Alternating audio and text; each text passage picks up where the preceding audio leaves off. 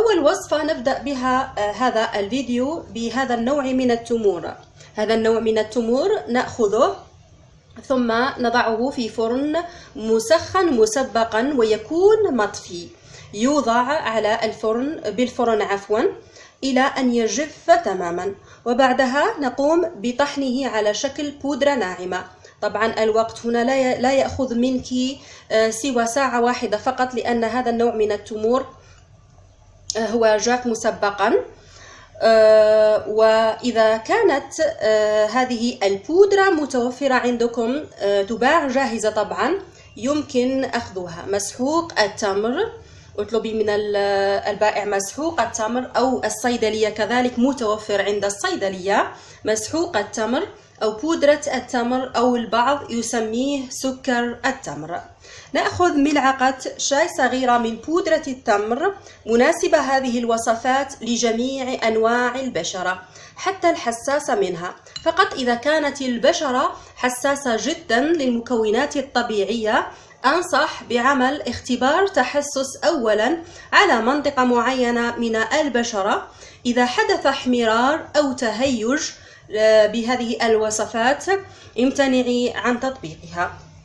نأخذ قلت ملعقة شاي صغيرة، ونضيف عليها كذلك ملعقة شاي صغيرة من الزبادي الطبيعي أو اليوغورت.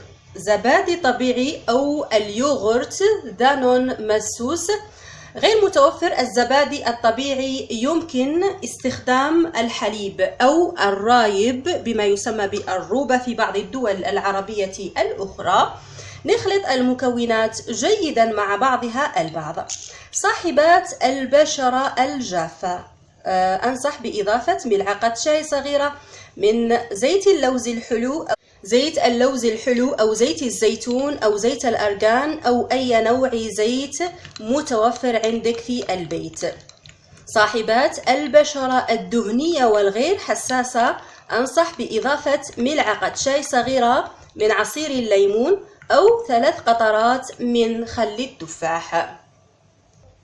على بشرة نظيفة يجب أولا تنظيف البشرة بالغسول المناسب أو أي نوع صابون تستخدمينه لغسل البشرة. نقوم بتجفيف البشرة ويوزع هذا الماسك دائما بداية بالرقبة، لا ننسى الرقبة عند توزيع الماسكات الطبيعية، بداية بالرقبة وكامل بشرة الوجه من أسفل إلى أعلى وليس العكس، من أسفل إلى أعلى.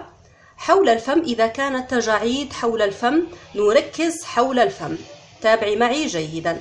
هنا إذا كانت التجاعيد هنا نركز على هذه المنطقة بعمل طبقة كثيفة من هذا الماسك حول الفم. إذا كانت هذه المنطقة بها زرقة أو خضرة أو قشور كذلك، ونوزع على كامل بشرة الوجه دون أن ننسى منطقة حول العيون. هنا التمر رائع لإزالة الهالات السوداء، وكذلك إذا كانت هنالك تجاعيد حول العيون كذلك نركز على عمل طبقة كثيفة من هذا الماسك حول العيون مع تدليك خفيف بهذه الطريقة بالأصابع بهذا الشكل، يكون خفيف جدا بهذه الطريقة. ونستمر على توزيع كامل الماسك على الجبين كذلك إذا كانت هنالك خطوط على الجبين. نترك هذا الماسك لمدة نصف ساعة، وبعدها نقوم بشطفه بماء فاتر ثم الماء البارد من أجل غلق المسامات.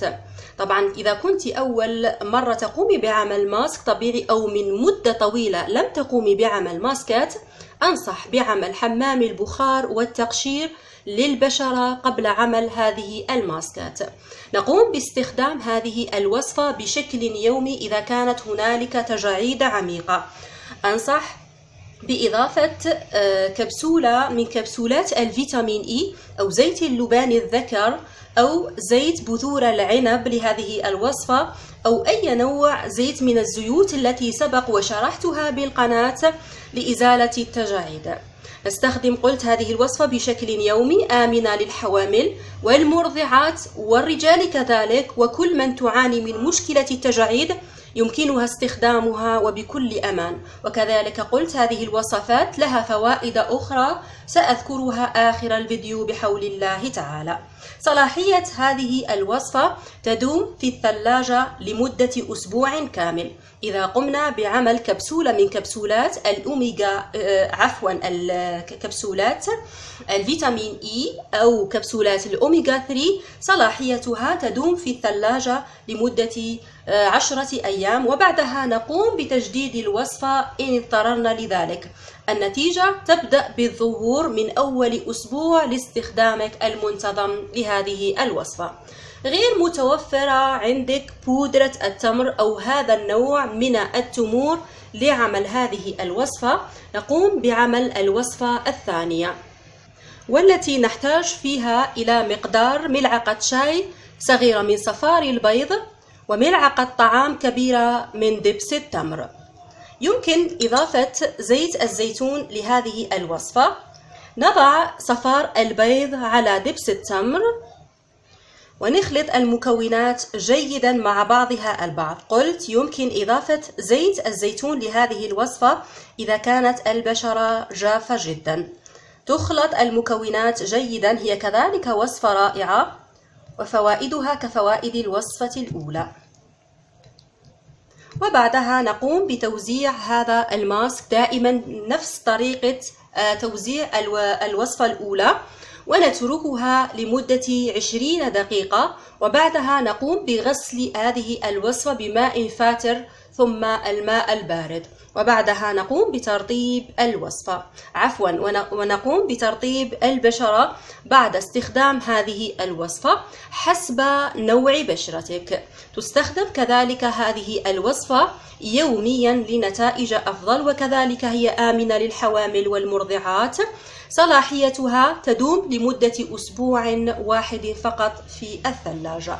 غير متوفرة عندك دبس التمر أو صفار البيض، نقوم بعمل الوصفة الثالثة وهي بالتمر المهروس. الطريقة هي أن نأخذ التمر، أي نوع تمر متوفر عندك في البيت استخدميه، أي نوع من التمور، هناك أنواع كثيرة من التمور. نقوم بهرسها إلى أن نتحصل على معجون التمر. نضيف عليه، نأخذ ملعقة طعام كبيرة من التمر المهروس ونضيف عليه ملعقة شاي صغيرة من ماء الورد. بشرتك حساسة لماء الورد، البديل هو الحليب، يمكن كذلك استخدام الحليب في هذه الوصفة. نمزج المكونات جيدا مع بعضها البعض. صاحبات البشرة الدهنية والغير حساسة أنصح بإضافة ملعقة شاي من عصير الليمون أو الاستغناء عن ماء الورد وإضافة 2 ملاعق شاي صغيرة من عصير الليمون لهذه الوصفة. يمكن إضافة كبسولات الفيتامين إي أو كبسولات الأوميغا 3 لهذه الوصفات الثلاثة. وبعدها نقوم بتوزيعها على كامل بشرة الوجه نفس الطريقة الموزعة على الوصفة الأولى، ونتركها لمدة نصف ساعة، ثم تغسل بالماء الفاتر ثم الماء البارد وبعدها الترطيب. كذلك هذه الوصفة استخدامها يكون بشكل يومي، والنتائج تبدأ في الظهور من أول أسبوع لاستخدامك المنتظم لهذه الوصفة.